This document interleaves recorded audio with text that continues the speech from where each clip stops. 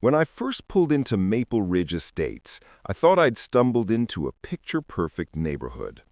Rows of pristine lawns stretched endlessly under the late afternoon sun, every mailbox identical, every driveway spotless.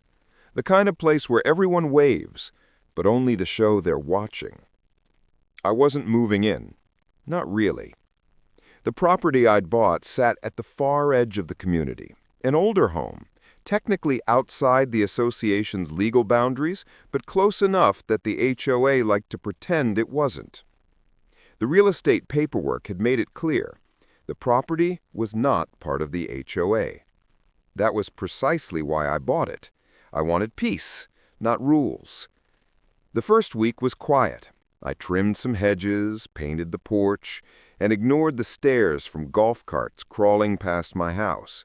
People in matching polos, clipboards in hand, whispering as they slowed down near my mailbox. I didn't think much of it, until the first letter appeared. Folded neatly in my mailbox, it was printed on heavy paper, with the HOA's logo stamped at the top. "Welcome to Maple Ridge Estates," it said, followed by an itemized list of violations. Unapproved paint color, non-compliant trash bins, improper mailbox post. I laughed out loud. My property wasn't part of their jurisdiction. I crumpled the paper, tossed it in the trash, and went about my day. But the next morning, there was another letter, then another, each one more threatening than the last. They warned of fines, legal action, and suspension of community privileges I didn't even have. By the end of the week, they'd escalated to hand-delivering notices. It was surreal. These people truly believed they had authority over me. Then came the visit. A middle-aged woman in oversized sunglasses marched up my driveway while I was unloading groceries. She introduced herself as the HOA president and began reciting a list of demands. I tried to explain, calmly, that my property wasn't under their control, that my deed and county records clearly showed I wasn't part of Maple Ridge Estates. She didn't like that answer. Her face hardened, and she told me, "Everyone on this street is under HOA governance." When I repeated, "I'm not in your HOA," her jaw tightened. She turned without another word and stormed off. I thought that was the end of it. It wasn't. 2 days later, I woke to flashing lights outside my house. Police cars lined my driveway. The same woman stood at the curb talking animatedly to an officer. I stepped outside, still half asleep, and asked what was going on.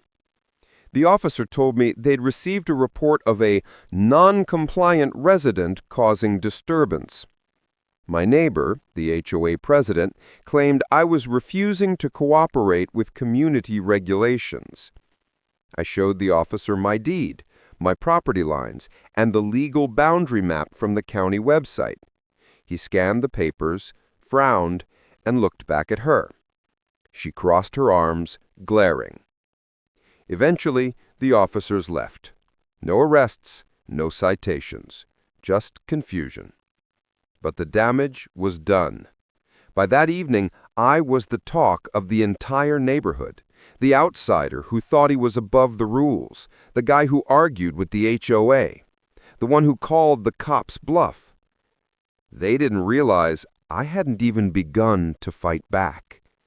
Because what they didn't know, what none of them could have guessed, was that I hadn't just bought the house.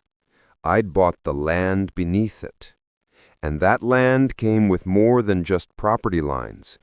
It came with rights, ownership clauses, and, thanks to an overlooked development document from the 1980s, partial control over the common areas the HOA so proudly managed. It took me a few weeks to piece it all together. Late nights reviewing county filings, plat maps, and homeowner records.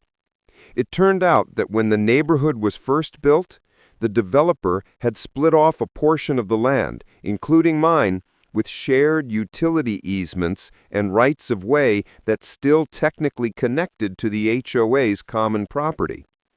And the most interesting part? Those easements were tied to ownership, meaning whoever owned my parcel also held certain landlord rights over the HOA's use of them. In simpler terms, the HOA had been paying rent, unknowingly, to the same management company that sold me the property. And as part of my purchase, I'd inherited those rental agreements. I was, legally speaking, their new landlord. The realization hit like thunder. The same people who had called the cops on me, who had flooded my mailbox with threats, were occupying my land. Their tennis courts, walking path, and even their private community sign stood partly on the property I now owned. I didn't plan revenge, not right away. I just wanted them to leave me alone. But the more I thought about it, the more I realized they needed to learn a lesson, not through pettiness or yelling, but through paperwork, the very thing they love to use against everyone else. So I started drafting a letter of my own. I made it look professional, legal header, signature block, the works. I titled it, Notice of Landlord Transfer and Continued Occupancy. Inside, I explained that I had recently acquired ownership of several parcels connected to Maple Ridge Estate's shared property, including portions under HOA maintenance. I included copies of the property records and a note stating that their association now operated on land under new ownership, mine. At the bottom, I added a polite but firm line, Future use of the aforementioned areas will require updated lease agreements within 30 days. No threats, no insults, just facts. I dropped off the letter at the HOA office one morning and drove away, watching from my rearview mirror as the board members gathered around the envelope. Confusion turned to panic as they started reading. One of them gestured wildly toward my house. Another pulled out a phone, likely calling their lawyer. It was the most peaceful drive I'd ever taken through that neighborhood. But I knew that peace wouldn't last, because once the HOA realized what I'd just dropped into their laps, they'd have no choice to respond, and they weren't the type to back down quietly. The notice I sent ripples through Maple Ridge Estates like a shockwave. By the next morning, whispers turned into full-blown speculation. The HOA board members were seen going door to door, clutching folders, their polite smiles replaced with tight, anxious expressions. They weren't used to being challenged. They were used to compliance, people nodding, apologizing, and writing checks to make their violations disappear. But this time, they run into something they couldn't find their way out of: property law. 3 days later, a certified letter arrived at my door. Inside, printed in bold, was an invitation to a special HOA board meeting to discuss a matter of urgent concern related to recent property claims. I wasn't obligated to attend. Technically, I wasn't a member. But I went anyway, not out of courtesy, out of curiosity. The meeting was held in the community clubhouse, a beige building surrounded by freshly manicured shrubs. Inside, the air was tense. About 20 residents sat in folding chairs, murmuring quietly. At the front of the room sat the board, 5 members, each with their own air of self-importance. The president, same woman who had called the cops, sat in the middle, clutching a binder so tightly her knuckles whitened. When I entered, all conversation stopped. Heads turned. It felt like walking into a courtroom where everyone had already decided you were guilty. The president stood, clearing her throat. She announced that the board had reviewed a questionable document claiming ownership of HOA-managed property and wanted to address false legal assertions. I said nothing, just listened. She spoke for nearly 20 minutes about community standards, property unity, the sanctity of shared space. Her voice wavered once when she admitted that their lawyer was currently reviewing title records for clarification. That was my cue, because I knew something she didn't. Their lawyer had already reviewed the documents, county records made public days earlier. And those records were clear. Every map, every deed, every historical plat showed the same thing. A strip of land cutting across the HOA's prized amenities legally belonged to my parcel. I could have spoken up. I could have corrected her in front of everyone, but I didn't. I let her continue, each confident sentence digging her deeper into denial. When she finally stopped, I stood, holding a manila folder identical to theirs. Inside were certified copies of the property maps and ownership transfer paperwork, all stamped by the county recorder's office. I placed them on the front table, facing the board. No words, just paper. The room fell silent as the board members began flipping through the documents. The president's face went pale. The treasurer leaned in, tracing boundary lines with a trembling finger. The secretary whispered something that made the president's jaw clench. For a moment, the entire board looked small, almost childlike, staring at something they couldn't control. Then the questions began, not from the board, from the residents. Whispers filled the room. What does this mean? Does he own the tennis courts? Can they even fine us anymore? The president tried to regain control, tapping her pen against the table, calling for order. But it was too late. The illusion of authority had cracked. I left before the meeting ended. I didn't need to hear the rest.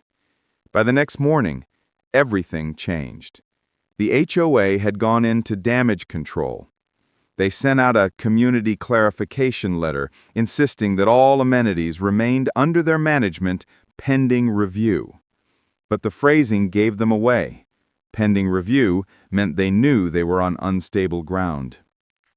That week, contractors began showing up around the tennis courts and the walking trail. Surveyors with tripods and orange vests measured distances, checked fence lines, and placed neon flags along the edges of the land. Every flag lined up exactly where my property extended. The HOA's panic was almost theatrical. They started calling emergency meetings, hiring attorneys, even threatening counterclaims. None of it mattered. The county's records were indisputable. I didn't gloat. I didn't post about it online or brag to neighbors. I simply sent another letter, a formal Notice of Property Use Review, reminding the HOA that continued operation of community facilities on my land now required updated lease terms. I gave them 30 days. Days turned into weeks. Silence. Then one evening, I noticed something odd. The tennis courts were locked. Signs reading "Closed for maintenance" hung on the gates. The walking trail had barricades at both ends. Even the flower beds near the community sign were left to wilt. They were shutting everything down, not out of maintenance needs, but out of fear. They didn't want to risk violating my ownership rights while their lawyers scrambled for solutions. It was almost quiet again, almost peaceful, until the board made their biggest mistake yet. Out of pride or desperation, they decided to fight back publicly. They sent a mass email to every homeowner, accusing me of extortion through fraudulent property claims. They claimed I was exploiting technicalities to undermine community stability. I read it twice, then I smiled, because attached to that email, sent to over 100 residents, were copies of my private correspondence with their board, including property maps and lease proposals. In their attempt to rally support, they just committed a massive breach of confidentiality and defamation. So, I did what they always did. I followed procedure. The next morning, I filed a complaint with the County Property Commission citing misuse of easements and public dissemination of private records. I attached the HOA's own email as evidence. Within a week, county inspectors arrived at the community office. By law, they had to review all HOA documentation tied to common property use. What they found left them speechless. The HOA had been operating on expired permits, maintaining structures partially built over land they didn't own, and using community funds for improvements outside their jurisdiction. The report wasn't just a setback, it was an implosion. The HOA board was given 30 days to resolve all compliance issues or face penalties. Their insurance carrier suspended coverage pending review, and their attorney, likely realizing the mess they'd created, quietly withdrew representation. Meanwhile, the residents began connecting the dots. The same people who'd fined them for lawn heights and mailbox colors were now being investigated for property mismanagement. And me? I just watched it unfold from my porch, coffee in hand, as the same golf carts that once circled my driveway now sped past the HOA office instead. They tried to control me through paperwork. But in the end, paperwork was exactly what undid them. Still, I knew this wasn't over. The HOA president wasn't the type to surrender gracefully. There was pride at stake, reputation, image, authority. I could sense it brewing behind those clubhouse doors. A plan, desperate and reckless, designed to claw back the control they'd lost. And when that plan finally emerged, it would turn the quiet streets of Maple Ridge Estates into a battleground. For a few brief weeks, Maple Ridge Estates felt like a ghost town. The tennis courts remained locked, the clubhouse empty, and even the manicured lawns began to show small signs of neglect. The neighborhood that once prided itself on perfection was unraveling, quietly, awkwardly, and visibly. But peace was never something the HOA president could tolerate. Her name appeared in every neighborhood newsletter, every policy memo, every enforcement notice. She wasn't just the head of the board, she was the board, or at least she believed she was. Losing control over me wasn't just a setback, it was an existential threat to the identity she'd built. And so, predictably, she retaliated. It began subtly. Anonymous complaints filed to the county inspector. Claims of uncommitted construction, improper waste disposal, noise violations. Each one required an inspection, and each time the county confirmed what I already knew. My property was fully compliant. But the pattern was obvious. Someone was trying to weaponize bureaucracy against me. Then came the social campaign. The HOA newsletter, once a dull publication about recycling schedules and garden clubs, turned into a soapbox. Entire paragraphs were devoted to warning residents about bad actors undermining community order. The language was vague, but the implication clear. I was the villain of their story. Neighbors began avoiding eye contact. Conversations stopped when I walked by. Even the friendly couple next door, who used to wave each morning, suddenly stopped putting their trash cans near the shared curb. It was isolation through insinuation, and the president orchestrated it perfectly. But what she didn't realize was that isolation didn't bother me. I'd spent most of my adult life working in real estate and property development.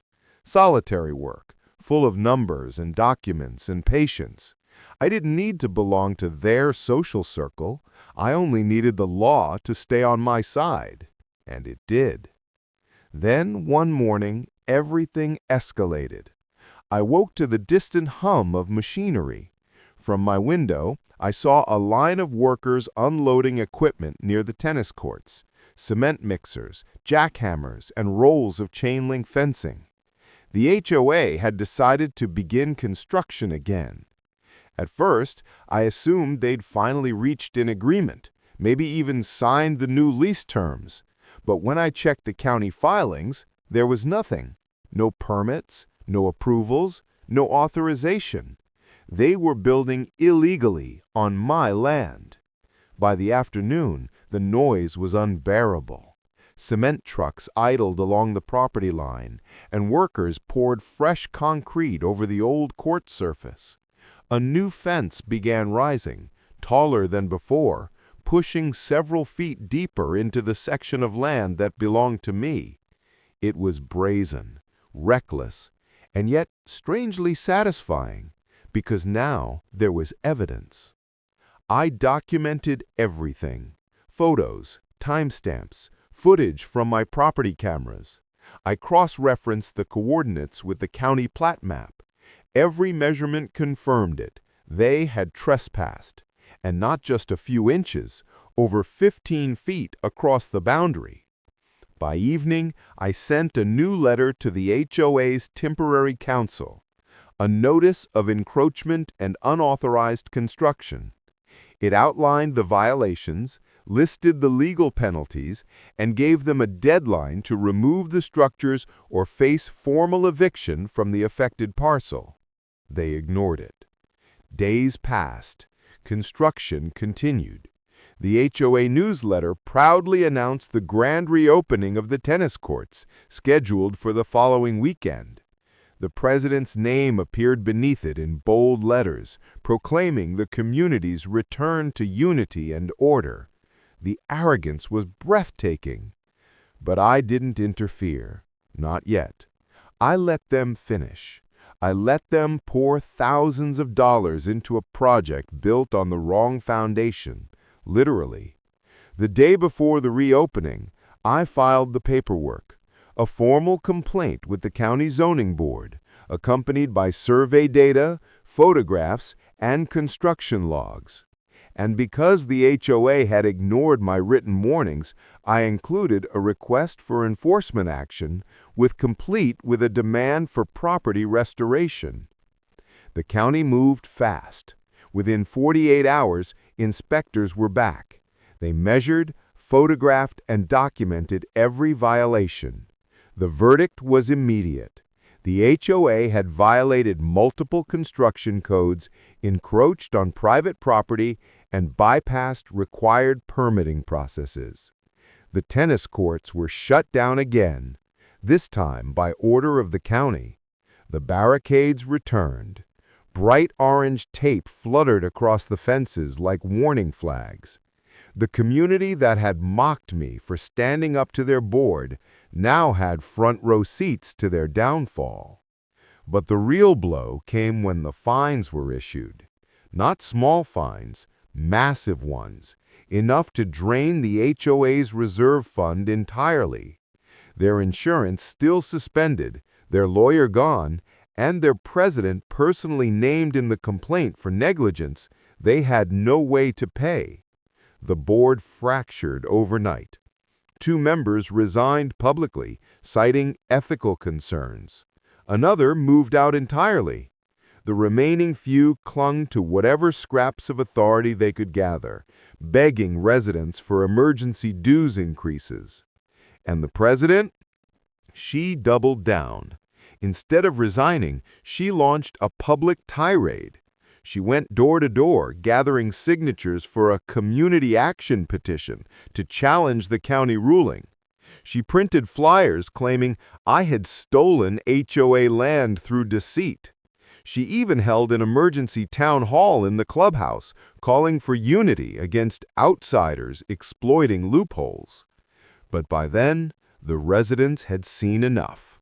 They'd seen the letters, the barricades, the county trucks hauling away debris, the endless spiral of drama that had cost them their amenities, their money, and their peace. And quietly, they began turning against her. Rumors spread that a recall vote was in motion. A few residents reached out to me privately, apologizing for how they'd treated me. Some even asked if there was a way for the community to negotiate directly with me, bypassing the HOA entirely. It was poetic justice. By the end of the month, the president faced a vote she couldn't win. On a gray Saturday morning, surrounded by the same people who once idolized her, she was voted out. Her removal passed by a margin so wide it was almost embarrassing.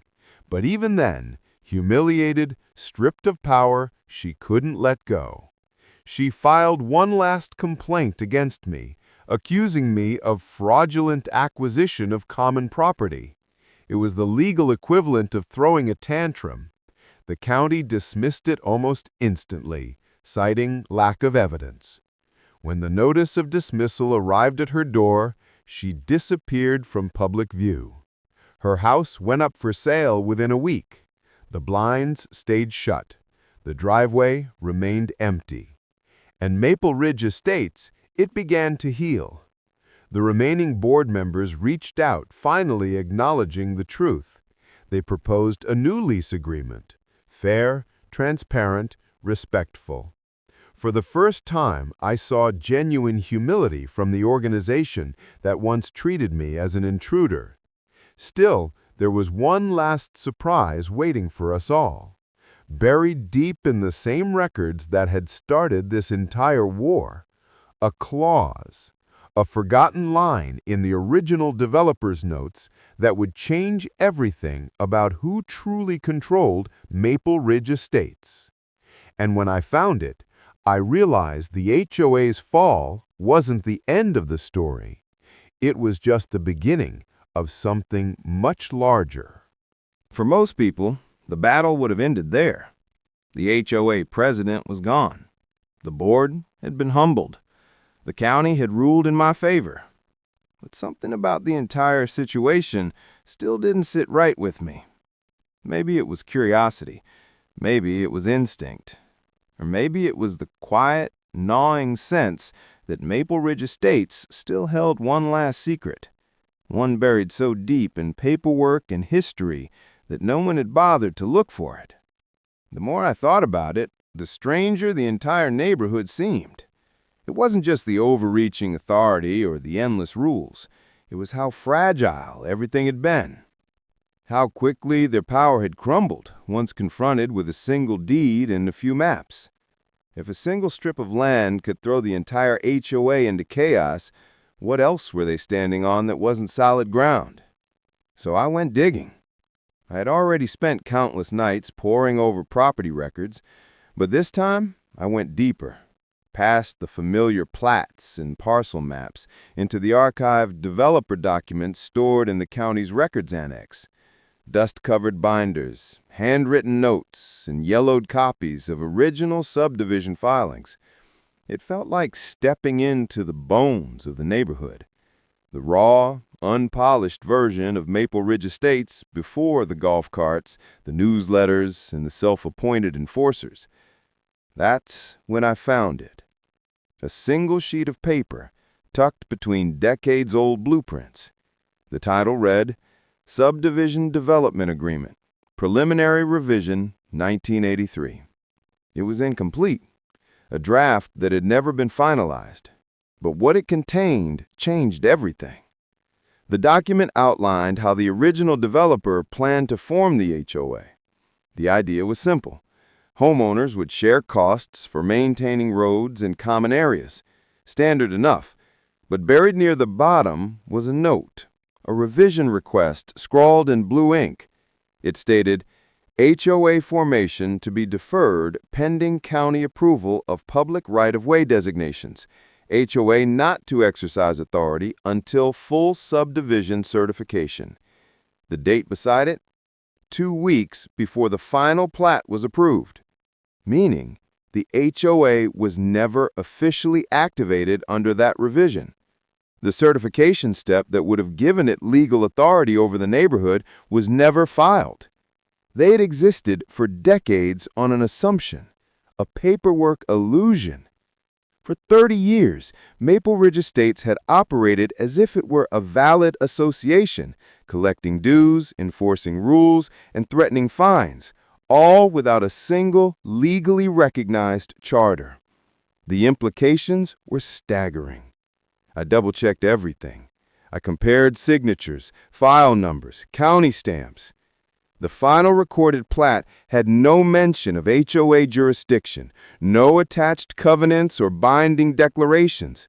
The board had built its entire power structure on a ghost document that never made it past the draft stage.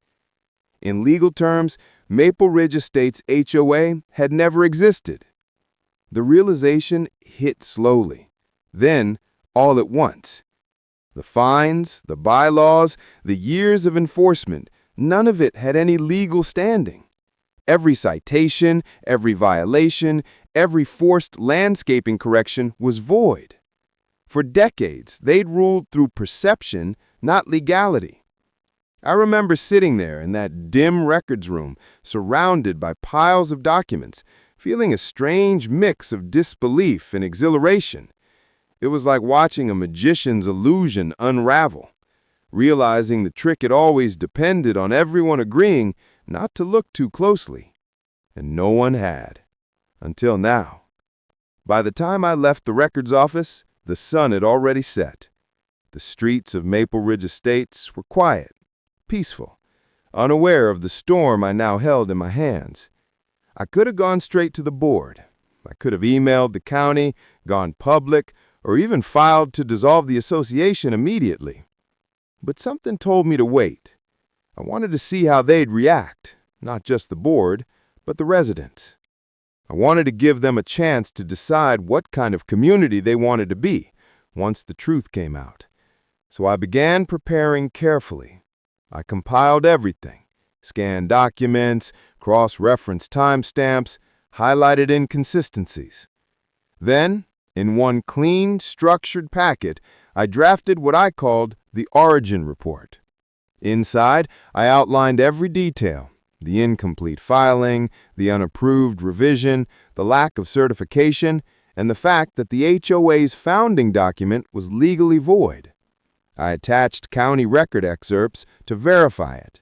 It was irrefutable. But as I worked, I couldn't help but think about the people behind it all. The neighbors who had bought homes believing in something official. The families who had paid fees for decades to an entity that didn't exist. They weren't villains. They were victims of someone else's oversight, someone's arrogance, someone's refusal to ever question the way things were. And still, there was a lingering question in my mind. Who knew? Because someone had to. Someone somewhere along the chain must have realized the HOA's paperwork didn't line up. Maybe it was an old developer, maybe a past board member, someone who noticed and decided it was easier to pretend it was legitimate than to fix it.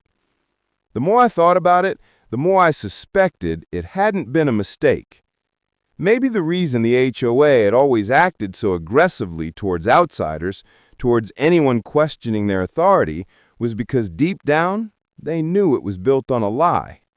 It was control through confidence, a bluff that lasted decades, until I called it. When I finished assembling the report, I printed a single bound copy and sealed it in an envelope.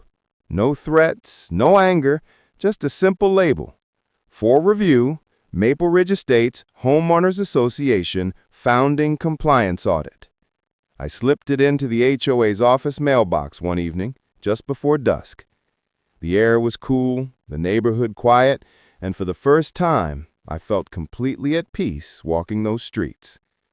The next morning, everything changed. Residents gathered near the clubhouse, holding copies of something, pages printed in bright red ink. Someone had leaked my report.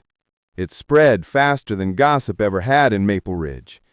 People stood in clusters, reading aloud, pointing, shaking their heads. The revelation had detonated. By noon, the entire community was in an uproar. The new interim board tried to calm people down, insisting it was a misunderstanding, but the evidence was undeniable. The HOA had been collecting dues, issuing fines, even filing liens, all under an entity that didn't exist in the county registry. The fallout was immediate. Residents stopped paying dues. The maintenance crew walked off the job. The management company withdrew from its contract, citing liability concerns. Maple Ridge Estates was imploding. But this time, it wasn't chaos. It was cleansing. For the first time, the residents were free. Free from fake authority, from arbitrary control, from decades of misplaced trust. And as I watched from my porch that afternoon, I saw something I hadn't seen since the day I moved in. People talking again, laughing, kids playing near the park that technically belonged to no one now. It wasn't perfect, but it was real.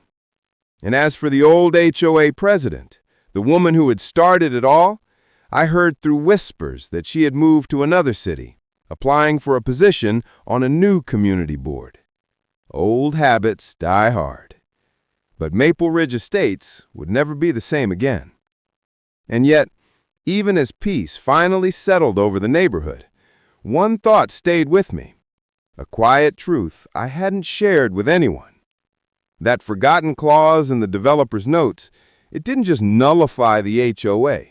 It transferred conditional ownership of all undeveloped parcels, common areas, and easements directly to the holder of the original developer's interest. And thanks to a very specific chain of title, that interest, the final signature on record, belonged to me. Owning a single home is responsibility.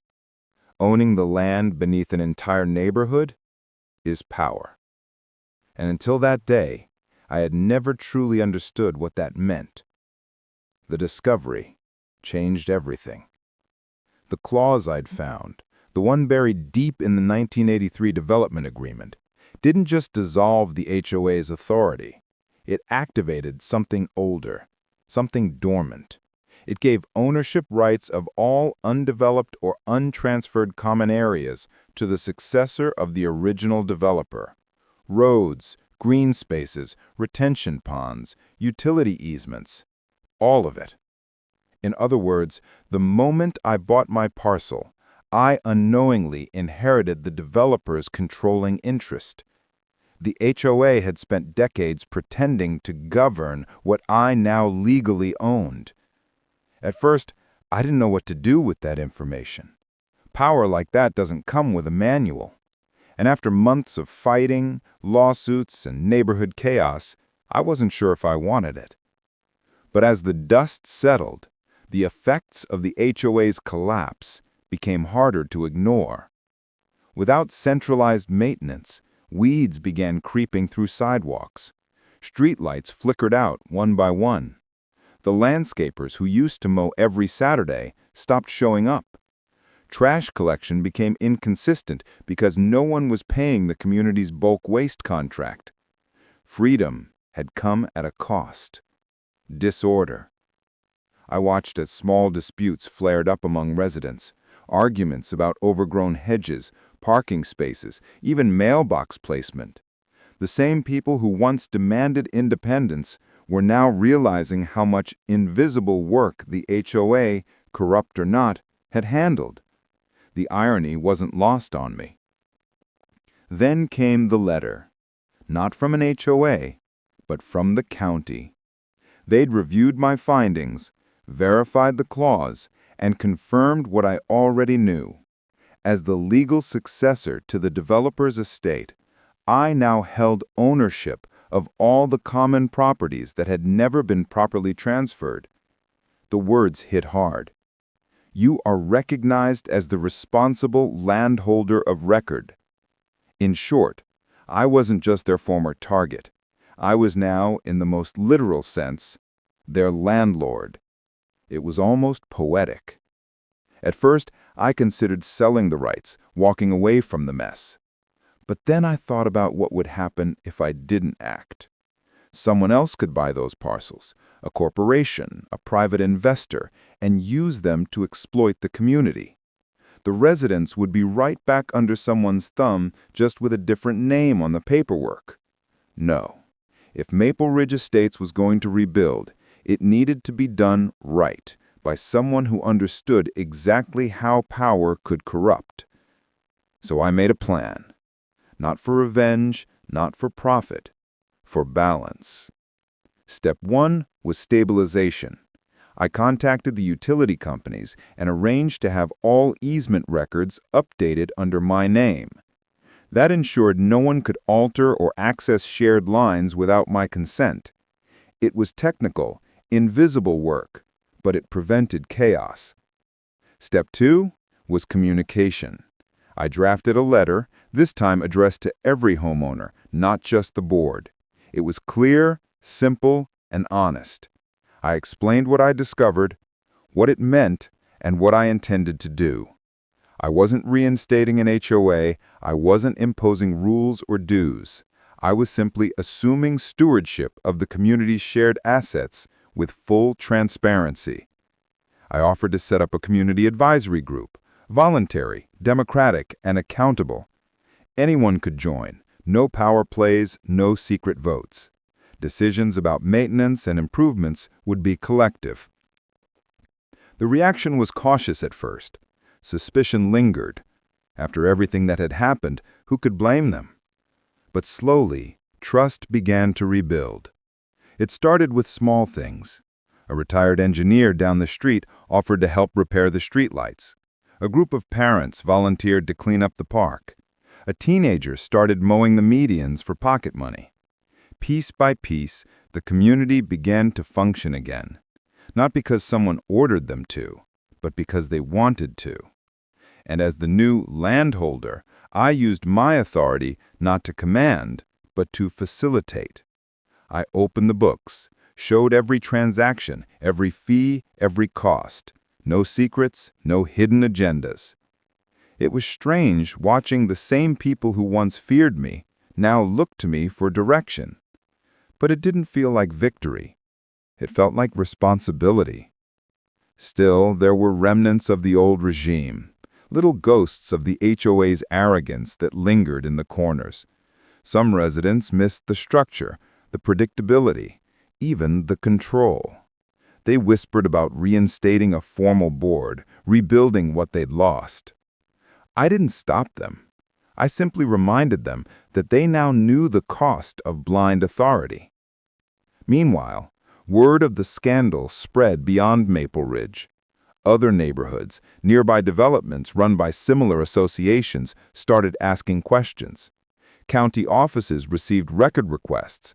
Residents demanded proof of legitimacy, and more than one local HOA found itself scrambling to prove it was real. The story had become a quiet revolution. For decades, homeowners had lived under the assumption that HOAs were untouchable, legal monarchies ruling over cul-de-sacs. But Maple Ridge had shown them that those powers only existed if no one ever challenged them. And suddenly, everyone was. News crews eventually came. They parked near the clubhouse ruins, filming empty tennis courts and overgrown flower beds. To them, it was just another quirky suburban scandal. Neighborhood learns HOA was never real. But to the people who lived here, it was a rebirth. Months passed. Seasons changed. The fences that once divided neighbors came down, replaced with simple hedges. The park reopened under community care. The sign that once read Maple Ridge Estates HOA private property now simply said, "Welcome home." And yet, through it all, I never forgot how it began. A single letter in my mailbox demanding compliance for a rule that didn't apply to me. It was strange to think that the same arrogance that tried to control me had also handed me the keys to everything they once ruled. Power doesn't corrupt on its own. It simply amplifies what's already there. And I'd seen what happened when it fell into the wrong hands. That's why when the county sent me the final paperwork confirming full transfer of ownership of all community parcels, I did something unexpected. I didn't sign it as an individual. I filed it under a trust, a community trust, one that couldn't be sold, seized, or used for profit. the land would belong to the neighborhood forever, managed by whoever lived there, not whoever claimed authority over it. It was the clean ending the story deserved. But stories like this rarely end cleanly, because just as Maple Ridge was beginning to heal, a familiar name appeared again, buried in a stack of property filings the county clerk sent me for review. A deed transfer, a small parcel just outside the subdivision boundaries, and on the signature line, in looping cursive, was the name of the former HOA president. She was back, and this time, she hadn't come to argue. She had come to build something new. For nearly a year, Maple Ridge Estates existed in harmony. No board meetings, no fines, no arbitrary letters slipped under doors.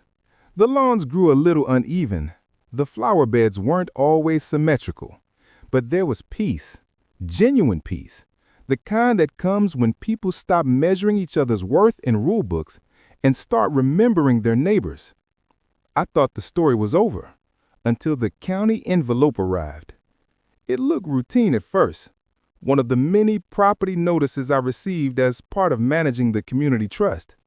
But inside, nestled between assessment summaries and land use updates, was a notice of transfer. A single page, simple but ominous. The name at the bottom was unmistakable. Linda Keene, the former HOA president. She'd bought a narrow strip of land just beyond the neighborhood's southern boundary, undeveloped, nearly worthless, and long overlooked. But the moment I saw its coordinates, a cold realization hit me. The parcel sat directly adjacent to Maple Ridge's main entrance. It wasn't large, maybe half an acre, but it was positioned perfectly, touching the only public access road leading into the neighborhood, a gateway. She hadn't returned to live here. She'd returned to control the one piece of land that every resident had to pass by every single day. A new kind of leverage. Within a month, signs appeared along the roadside. Whiteboards with gold lettering. Maple Ridge Community Enhancement Association, coming soon. It was subtle at first. A few online posts, a few flyers left at local businesses. Then came the website, professional, clean, eerily familiar. It claimed to represent the original vision of Maple Ridge Estates, promising structure, safety, and community standards. At the bottom of the page, under the Contact Us section, was an address, the same parcel Linda had purchased. She was rebuilding. But this time, she wasn't pretending to govern the neighborhood directly. She was creating something adjacent, an association of influence, not jurisdiction, a nonprofit entity that advised nearby homeowners on property upkeep and could offer optional membership for shared benefits. Optional at first. Then came the marketing campaign. Mailers appeared in every resident's mailbox, professionally printed, glossy, and full of buzzwords. Preserve your property value. Protect our community. Join your neighbors in keeping Maple Ridge beautiful. At the bottom, a registration form and a voluntary contribution line. I knew that playbook. Voluntary today, mandatory tomorrow. Linda had found a loophole, a way to resurrect the HOA without legally calling it one. The reaction among residents was mixed. Some ignored it. Others, tired of self-managing the community, saw it as a return to order. A few even signed up, paying the small donation fees and attending her informational meetings at a rented conference room downtown. Slowly, quietly, her influence began to spread again. She knew exactly how to market control, not as power, but as protection. By the end of the second month, signs of division were appearing. Homes with neat lawns and newly painted fences displayed small placards that read, "Proud member, Maple Ridge Community Enhancement Association." Others, mine included, stayed bare. The street once united by rebellion had now lines drawn through it once more. I told myself to stay out of it. After all, she wasn't breaking any laws.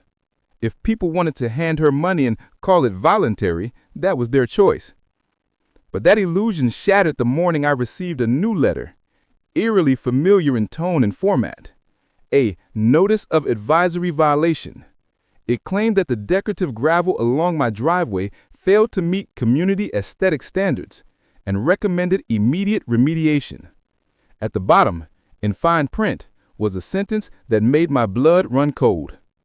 Participation in the Maple Ridge Community Enhancement Association constitutes acknowledgement of shared property expectations within the neighborhood boundaries.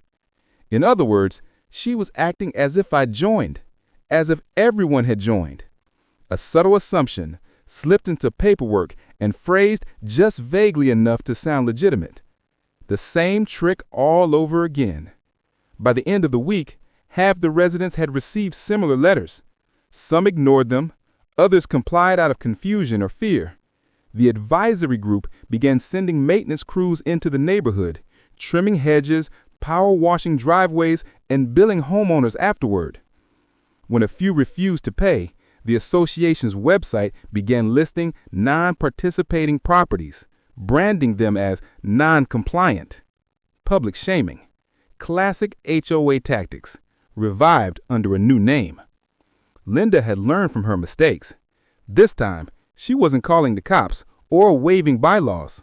She was weaponizing reputation, and it was working.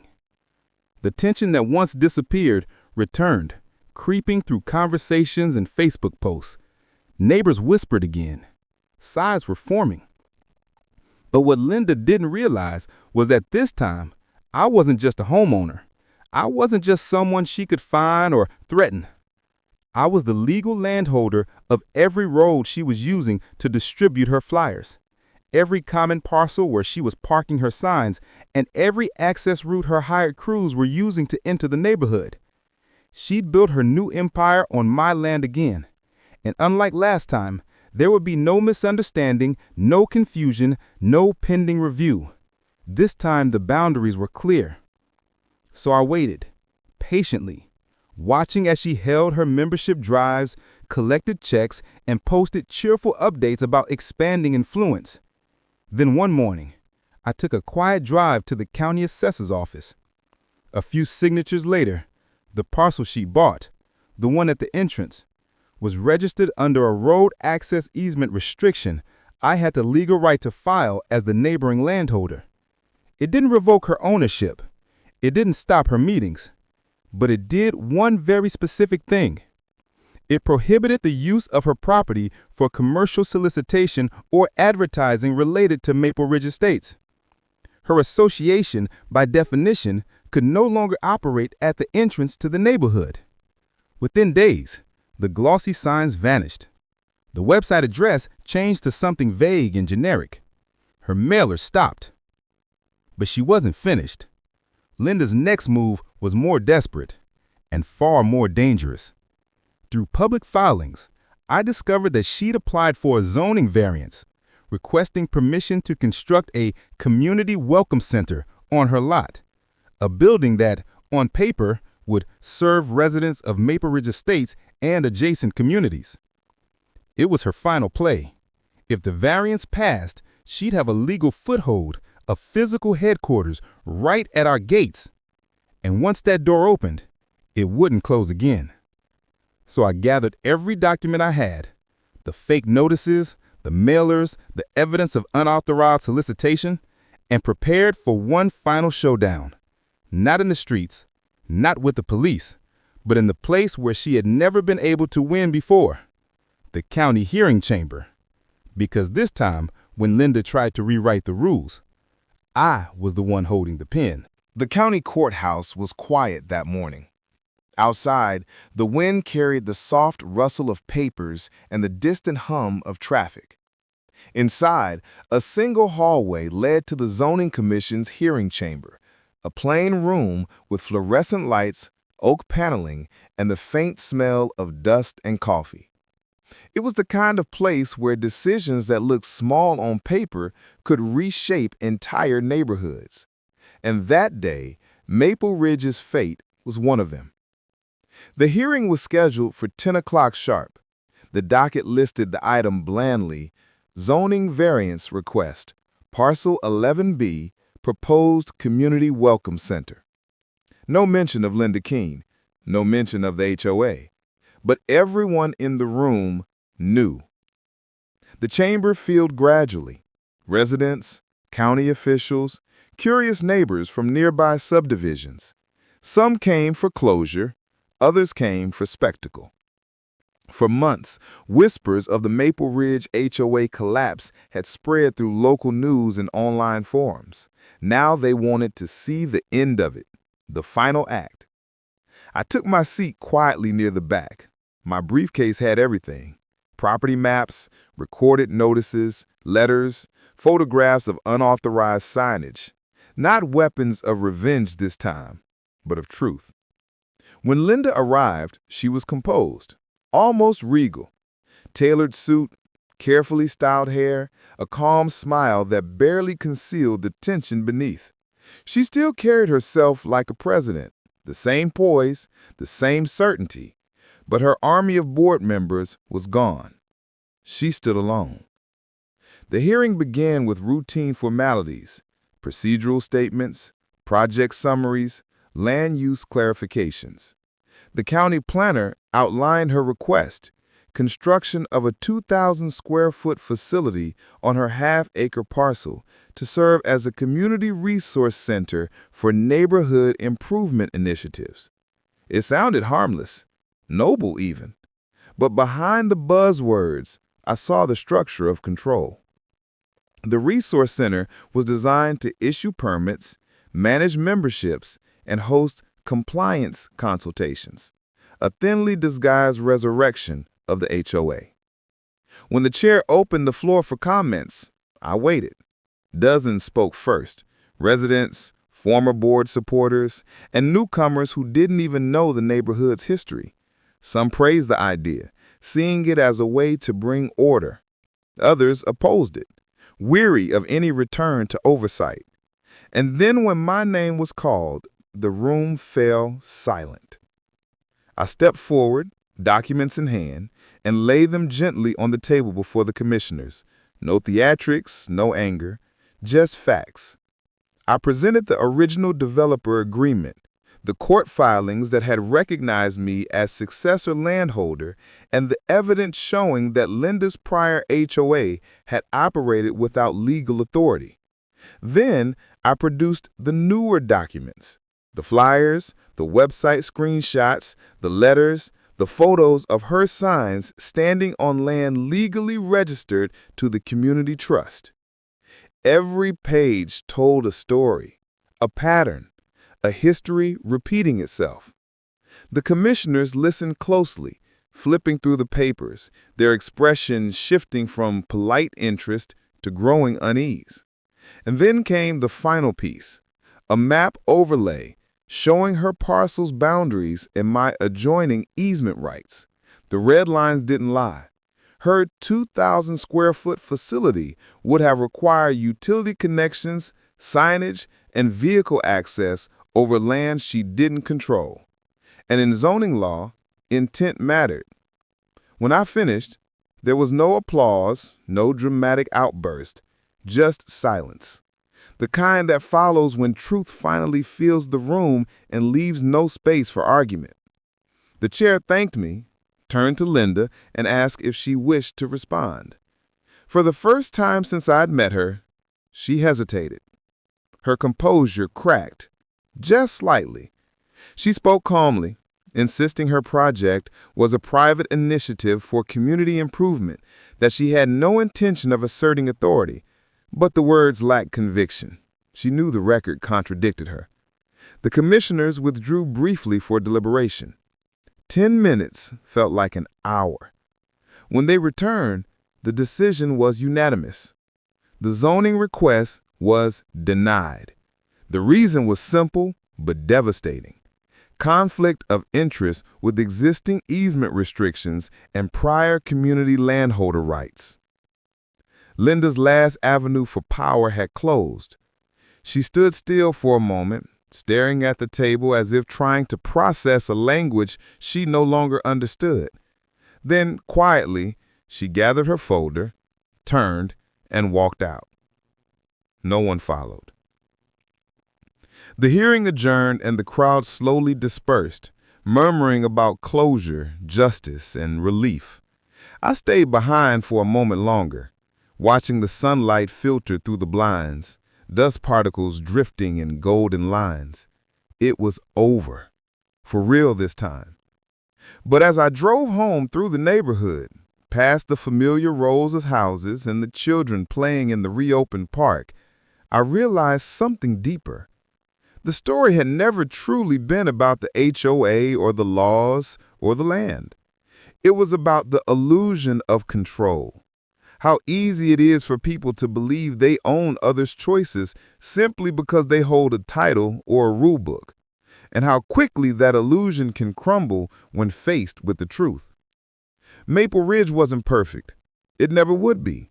The lawns were uneven, some fences still mismatched, and a few driveways cracked from neglect. But there was laughter now, genuine laughter where there had once been suspicion and fear. Neighbors helped each other without being told to. Problems were solved with conversations, not citations. And at the entrance, the same place where Linda's Community Enhancement Association signs had once been standing, there was a new one, handcrafted by residents. Welcome to Maple Ridge, a community that belongs to everyone. I parked there for a moment looking at the sign and thought about how strange life can be. How something as petty as a parking fine or a letter about weeds could lead to an entire neighborhood learning what freedom really means. I hadn't set out to be anyone's landlord, savior, or hero. I just wanted to be left alone. But maybe that's how most revolutions start. Not with grand speeches, but with quiet refusals to accept what doesn't make sense. As the sun dipped behind the rooftops and the sky turned to gold, I realized that Maple Ridge no longer needed guardians or enforcers. It has something far stronger: memory. The story of what happened here, the corruption, the collapse, and the rebirth, would be told again and again long after I was gone, not as a tale of victory, but as a warning. Because control, once broken, always tries to return. And sometimes the only thing that keeps it away is the courage of those who remember what it felt like to be free. The next morning, as I walked to my mailbox, I saw a single envelope, plain white, no return address. Inside was a single sentence written in tidy cursive. Some lessons take longer to learn. Congratulations. No signature. I smiled, folded the note, and slipped it into the drawer where I kept all the others, reminders of battles fought and won. Outside, the neighborhood was quiet again, and for the first time in a long time, it felt like home.